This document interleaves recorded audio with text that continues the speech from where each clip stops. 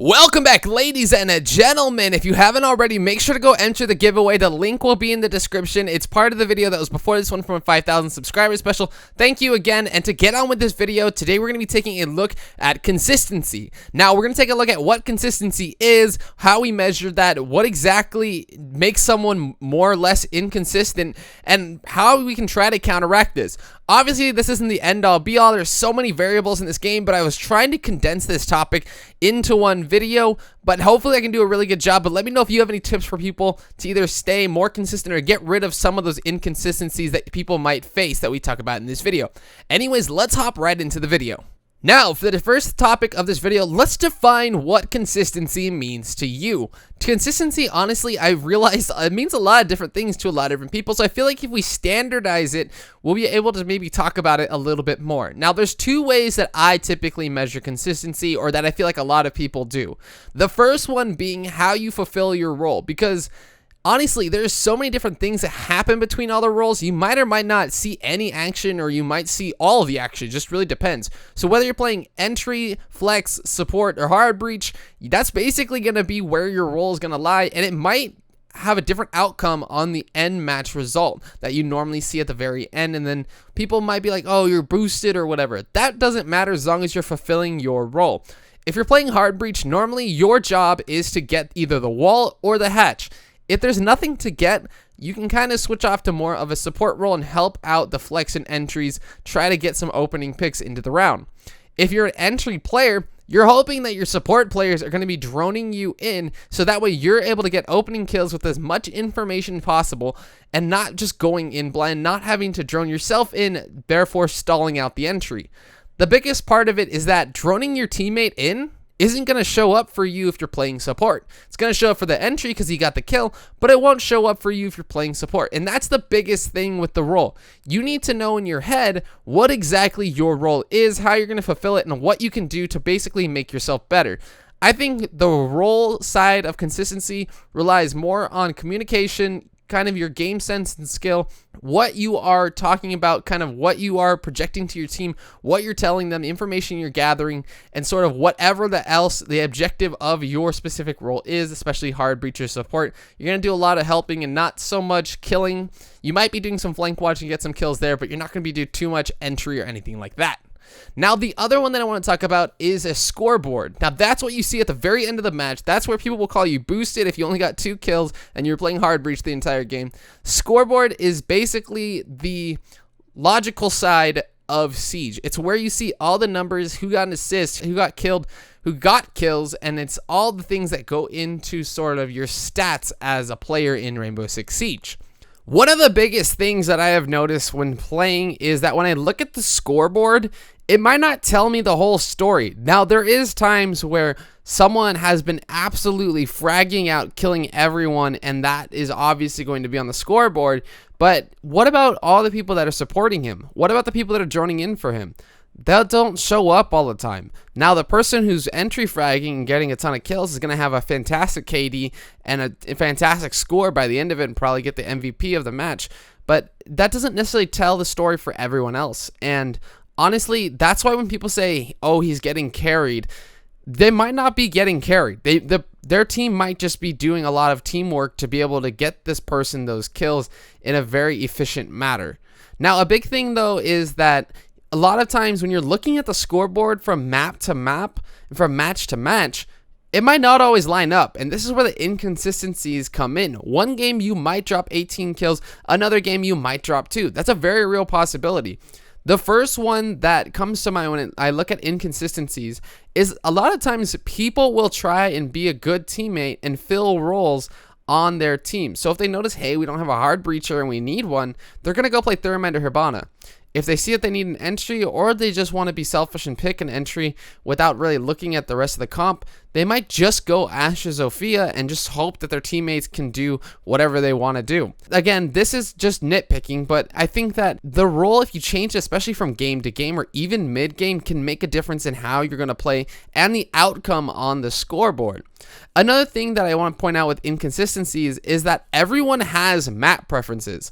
There are some maps that I enjoy playing more than others. I don't necessarily hate every single map besides Fortress and Bartlett, but those are the two maps that I would never want to play again, and thank God they're not in ranked, or at least they're not going to be in ranked by the time the next season starts.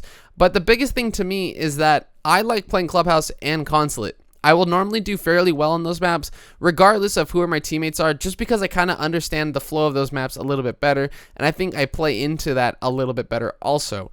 So again, it's a big thing to me that if I'm playing comp or if I'm playing ranked, I like to play maps that I prefer, but the problem is you don't always get the maps that you're going to prefer, and you honestly, there's no proper rotation to the maps at all, so you might get the same bad maps in a row. So you do have to be worried about that, and you do got to work on your map knowledge and game sense on those maps and how things flow. But overall, map preference really can bring some sort of light to the inconsistency problem you may be facing. Another thing that I want to point out is the fact that if you're solo queuing, that alone gives you inconsistencies because you're playing against a whole other team that you might not have played before, with 4 other teammates that you haven't played with before. Every once in a while, you'll get a good teammate giving good callouts, not going to clutter comms. He's playing his role correctly, and he's doing a great job at it. That's a fantastic teammate that you have. That doesn't always come your way, though, and I'd say those are probably one in every other game that you'll get a couple teammates like that. More so at a higher level, you'll get that more often, but at your gold, silver games, you're going to run into issues with toxic players a lot more because people just don't care about their rank as much, and that's pretty hard to deal with. I recommend getting in a 5-stack if you possibly can, but overall, at least if you're in a 5-stack, you can kind of make sure that everyone's in a specific role, everyone's doing something so sort of specifically, and you can kind of adjust what you need to adjust based on your performance and how you see things going. Now, the different enemy playstyles might play against you. You might play in more of a passive team and then more of an aggressive team match to match, and the difference is in that if you're not ready for a peak because you just played against a passive team, you're going to get killed, and that's going to end up, on the scoreboard at least, hindering you from being able to get back to the top where you probably want to be just to show off and all that stuff. Now, as for the last thing I want to talk about with inconsistency, fatigue is very real when you're playing video games because it fatigues your eyes and you do naturally get tired throughout the day, especially if you're gaming for a very long day, or if you just had if you woke up really early to do something and then you just started gaming later in the day, you might naturally just be tired. Any change to routine or anything that might make you more or less tired can change how you play. If you're fully wide awake, your reaction time and your reflexes are going to be spot on, but if you're just feeling a little lax or a little tired for the day, you might not react the same, and you might just play a little bit more lazy in general. So that's a big thing, is you want to just try to play the exact same way every single day. If you need to make adjustments, obviously make those adjustments, but a lot of times there are some outside things that do affect your gameplay, especially at higher levels like in comp. Now, one thing that you can work on to improve your consistency, at least in game, is your mechanical skill. One way you can work on your mechanical skill, if you're on mouse and keyboard, you can actually run through T-Hunt and just keep practicing doing 180s, doing flicks, any sort of gunplay. Try to just get one-shot headshots onto the terrorists. Just run on a map like Outback or House. Those are pretty small maps and pretty quick and easy to be able to get through. Another thing you can also do if you're on mouse and keyboard is using aim trainers. I'm not going to name any because I don't know any off the top of my head because I don't use any, but there are some out there that are really, really good from what I've heard, and they help out a lot if you have a lot of issues. I know CSGO also has its own version of an aim trainer and practice field, which I think Siege needs, but we are not quite there yet. But these are some options you have for mouse and keyboard. If you're on a controller and you're on a console, you might just have to run through T-Hunt and try your best to try to get there, because it is a lot harder to aim on a controller just because you're not as exact as you would be on a mouse. Now, another thing to improve consistency is keeping your self-confidence up. A lot of times you might get down on yourself because you make a mistake. That's completely okay. Learn from your mistake and move on. If you kind of sit on your mistake the rest of the match, you're not going to get any farther inside that game. Learn from your mistake is one of the biggest keys to really building up consistency, because once you learn that mistake, you're probably not going to make it again, especially if it was a big one. But once you keep getting all this experience under your belt, you're going to become a better player at the end of the day. Now, the last thing I want to talk about is when you are playing and you want to be even more consistent, try to have good communication.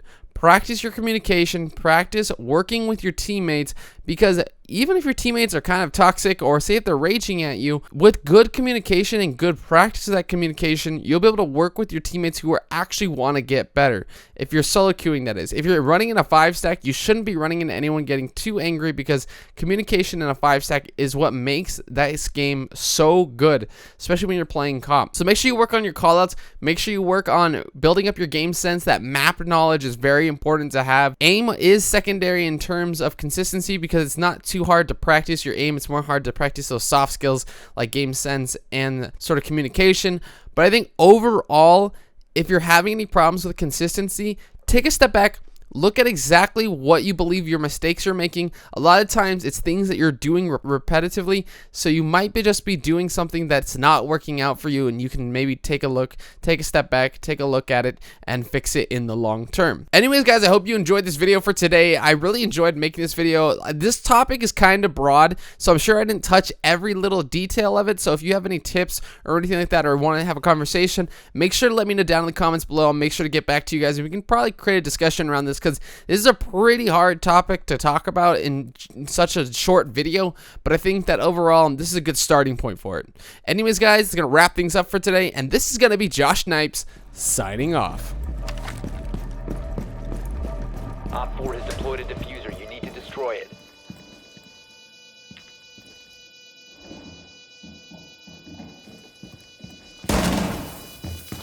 Diffuser located. Protect the bombs and disable the diffuser.